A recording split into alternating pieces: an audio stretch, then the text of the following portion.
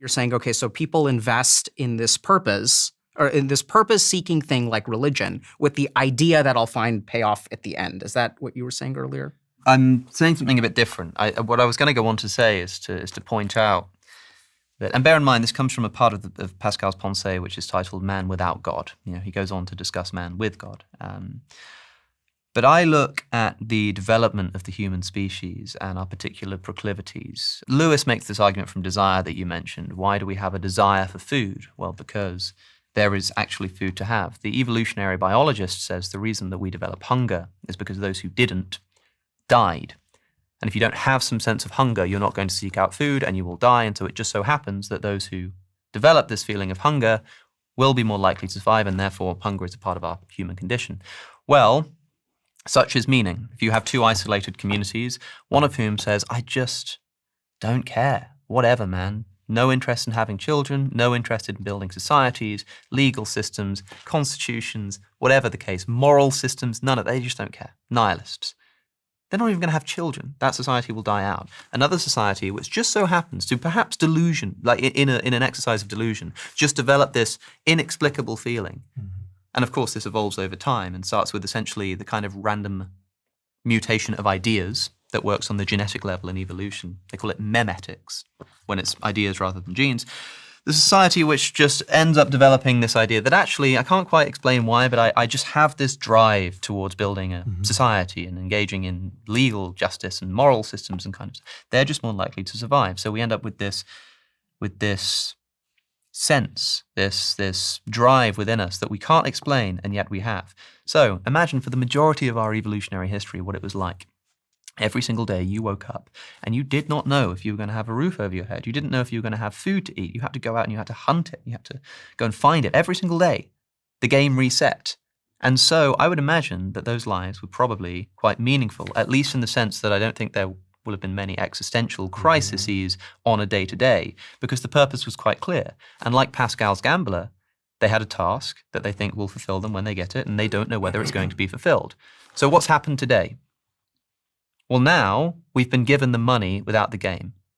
We've got houses, we've got food, we can go next door and get some water, get some food from all over the planet, Like that's it, that you've got the money without the game. So what do people do in the modern situation when they find that their life is a bit meaningless?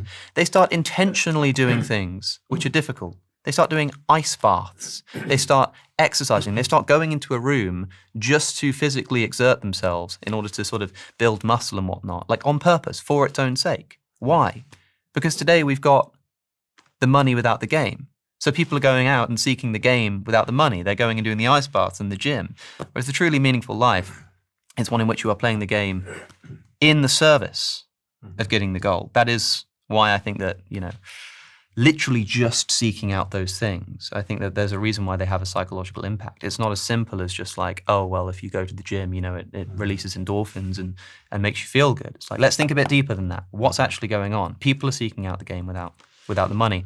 Crucially, I've talked about this as a death-denying pursuit, right? The idea that the things that you engage in here, at least in terms of grand projects like religion and society, are, even if just subconsciously, an exercise in the denial of death. What would that mean? It means that if you encounter other communities, if you encounter other traditions who just by their mere existence threatens the truth of your claims, those traditions subconsciously represent death. They represent nihilism. So what happens in a society that develops the kind of telecommunication technology whereby every single day you open your phone and you are addicted to a process of scrolling through every 7 seconds a new person with new ideas, with different beliefs from all over the world? Do you think that might have something to do with the meaning crisis that we find ourselves in? We're told that what's happened is that people stopped believing in God and now they're all depressed and upset and nihilistic. That's far too simple. You don't think it might have something to do with the fundamentally revolutionary change to our society that has been brought about specifically by telecommunication, by the ability to oftentimes unintentionally and non-consensually be confronted with traditions and people from halfway across the world that just remind you every single day, zing, zing, zing, every single day, that your truth is not the only truth, that the transcendence that you've placed your trust in is completely subjective and personal, and that someone over there believes something totally different and seems to be living just the same kind of happy life, that, I think, is why people are struggling so much. Yeah. It's not just because they're atheists now. I have a lot to say about this. I'll try to keep it compact. By the way, we are aware of all kinds of different options for us spiritually. Yes. That doesn't necessarily suggest that none of the options are actually accurate. I or agree. that are. Okay, so I'm making a there seems to be an psychological implication there, and this is what creates kind of the angst, because all we have is our own personal subjective point of view. I think that's why people experience that. Now, of course, as a matter of truth, you could say, for example, yourself, you could say, yes, I'm constantly confronted by different religious traditions, but I believe that Christianity is true. I think it has the best evidence and whatnot. This is even true even in the scientific realm. You're all Exactly. kinds of That's different fine. ideas, but no one wants to say, just because there are so many different ideas to explain things, that Yes. nobody can be correct. Which is why what I'm saying is insensitive to the truth or falsity of any of the traditions. What I'm saying is, Okay, that's as a- good, because I want to go to that next. as an explanation as for the psychological phenomenon, Right. the literal feeling Right. that people have. Because likewise, you would say that there is a meaning crisis maybe. You would say that lots of people, the statistics we just heard, you would say lots of people, don't feel meaning in their life. And you'd want to offer an explanation for why that's the case. You think their lives are meaningful, right? You think that all of those people who say my life has no meaning, they're wrong. Their lives actually do have meaning.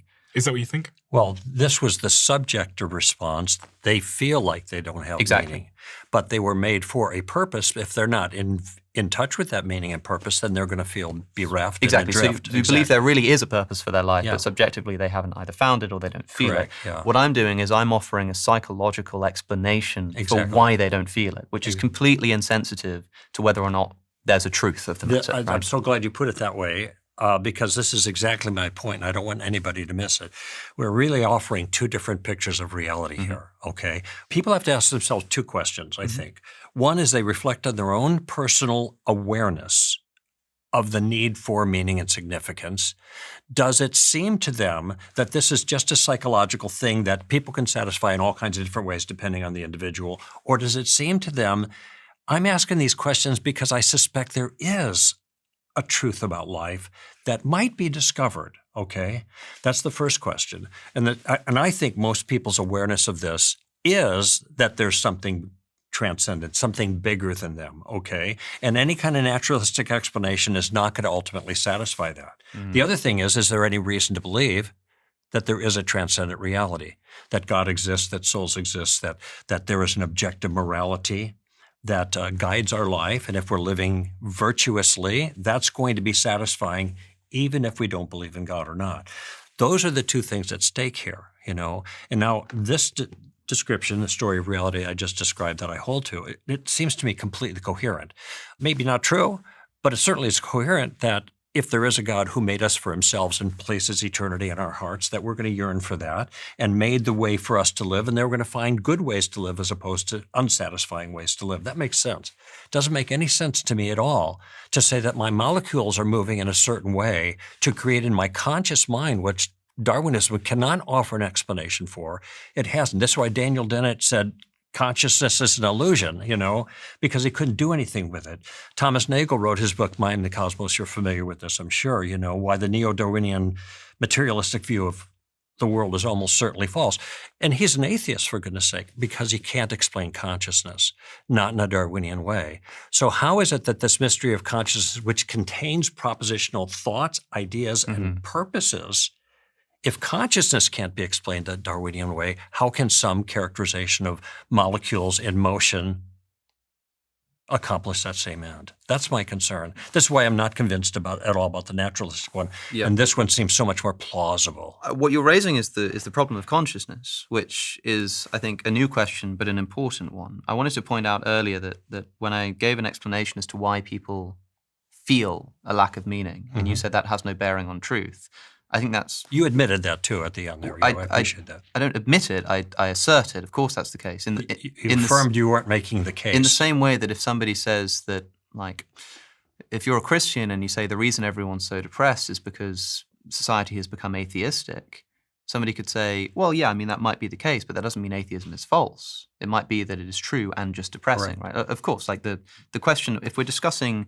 There are alternate explanations. if you want of to know reality. why somebody feels a particular way psychologically, you can offer an explanation which has absolutely nothing to do with the truth or falsity of a worldview.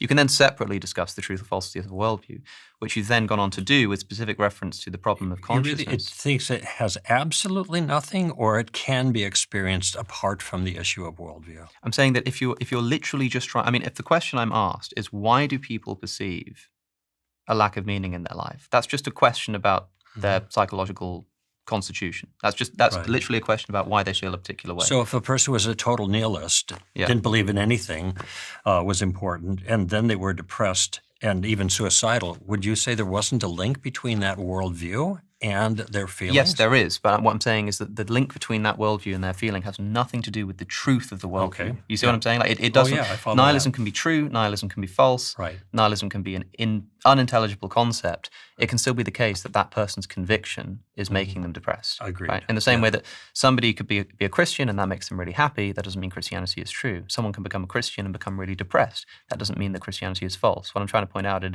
is just trivially true. So I still want to try to understand a little bit about what you're saying Okay, because I don't fully follow. fine. And I think that the reason I feel way more confident in what you're saying is because Christ is pulling at your 100%, heartstrings. yeah. So I think Christ. We both talk to Christ, so like we're good on that. Like I know where he's coming from. So a couple of things that I'm I talk to Christ too, you know. awesome. Does he talk back? He does not talk back. Yeah, Unfortunately. that's tricky. We can talk about how to get you there. One person said, just read the Gospels aloud. So couple I've done of that a things. few times. So a couple of things that I'm curious about. Yes. One is, so I'm noticing that I'm trying to understand where.